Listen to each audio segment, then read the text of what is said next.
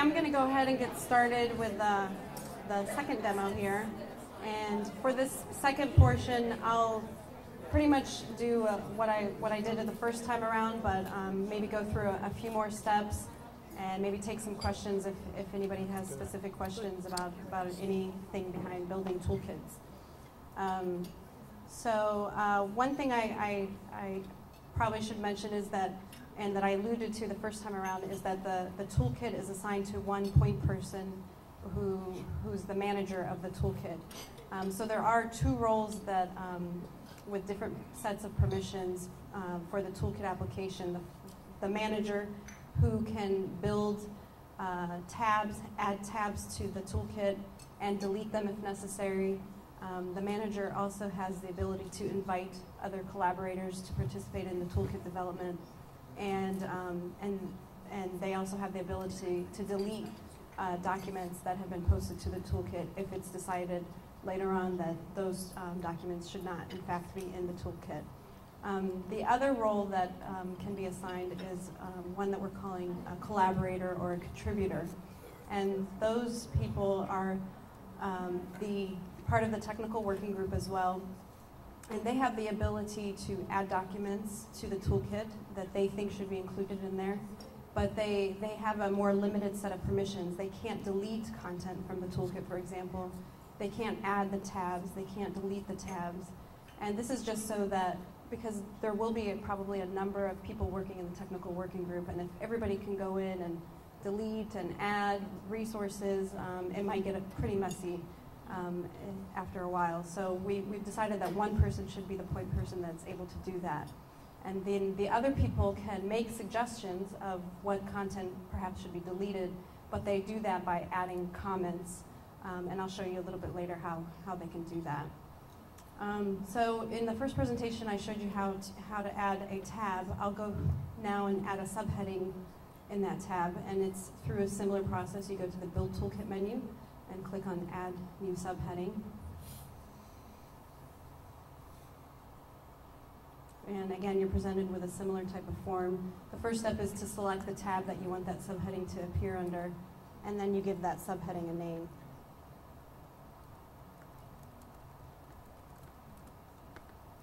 And I should mention, too, that this implants toolkit that I'm using as a demonstration is still in the early phases of development.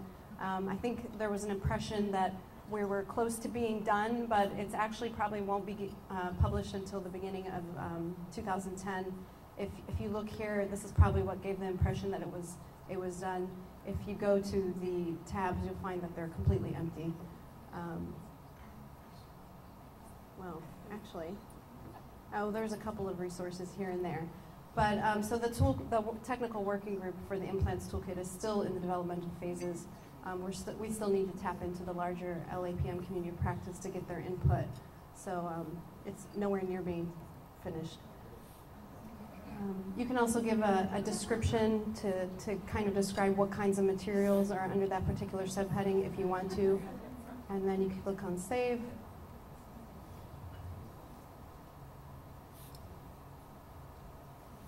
Takes a few seconds as it thinks about what it's doing, and then it takes you to this page where it shows you that the subheading that you've added is placed underneath the main training tab. And this is what's called the Edit Tabs and Subheadings screen. From here, you can actually reorder the tabs in different orders and reorder the subheadings. I'll go ahead and create another tab just to give you a flavor of how that reordering works.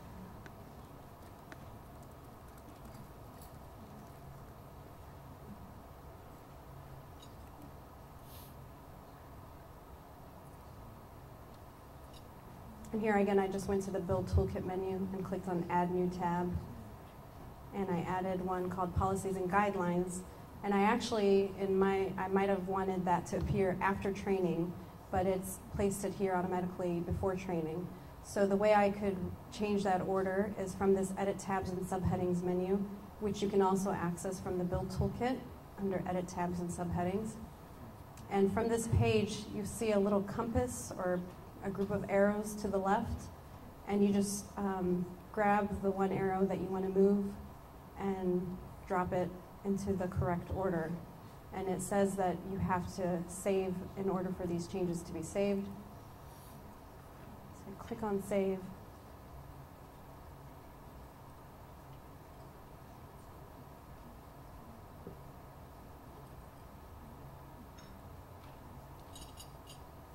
And you'll see that up at top, it has changed the order automatically. And so now it's in the proper order, and it's also changed it in this table here.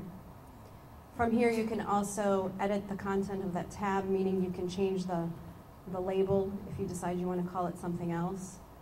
And the mouse over text, it takes you back to that original screen where you've created the content for that tab label. Oh, and from here you can also delete the tab if you've decided that you don't need this anymore. And I'll go again through the adding the publication process. You go to Manage Content and then click on Add Publication. And I'll go through just the required fields here in the interest of time. Click on Training Manuals and Curricula. You have to select the tab that you want it to appear under. If you want it under the main tab, not specifically underneath a particular subheading, then you just click on the main tab. But if you want it to appear under a specific subheading, you would click on that. And then you fill out the title.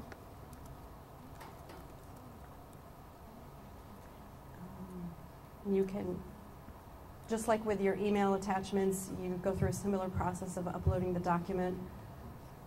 Or, like I had mentioned before, you can attach, you can link out to the URL if it's on another website. You can also add a thumbnail of the cover if it has a nice cover, just to give a little bit more visual appeal on the page as it displays.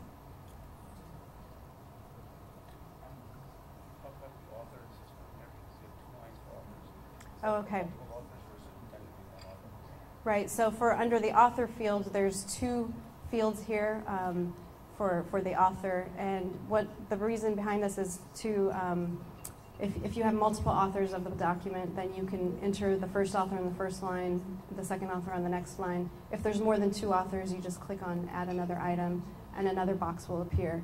But just so that it doesn't clutter the page unnecessarily, we've only shown two, just to, in the interest of shortening up the record.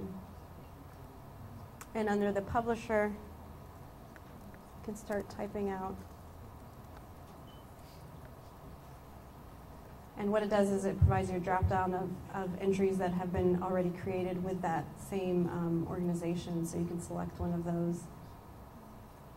And there's a place here where you can provide a brief description.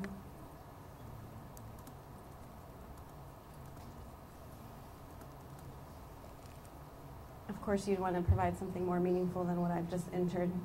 And it uses a WYSIWYG editor for those of you who are familiar with it. You can apply formatting to it, bold and italics, and you can also add web links to other URLs, that kind of thing. There's information here that contributors add. Are you accepting it under Creative Commons? Am I accepting it under Creative Commons or some other copyright? Are you agreeing to Creative Commons? Well, so far what the majority of the resources, somebody was asking about copyright issues here. So for the majority of resources that we've been collecting in the toolkits, they've been coming from the community of cooperating agencies. And so all of the materials are freely available full text on their websites anyways, and they've agreed to contribute those materials to the toolkits as well, in the interest of disseminating their information to as wide an audience as possible. So I don't know if that answers it. For additional, like for specifically for, let's say, things like journal articles that have very strict copyright laws, we don't include full text journal articles in the toolkit. We could provide, the abstract if we wanted to, but the approach we've been taking is because we have our audiences in mind, our program managers, program planners, providers who need practical content that they can put into use in the field. We don't think that journal articles necessarily are the avenue that they would want to, actually read and pore through. But we do recognize that that information is important, and they might want access to that, the science behind the practice. So what we've done is we've developed summary documents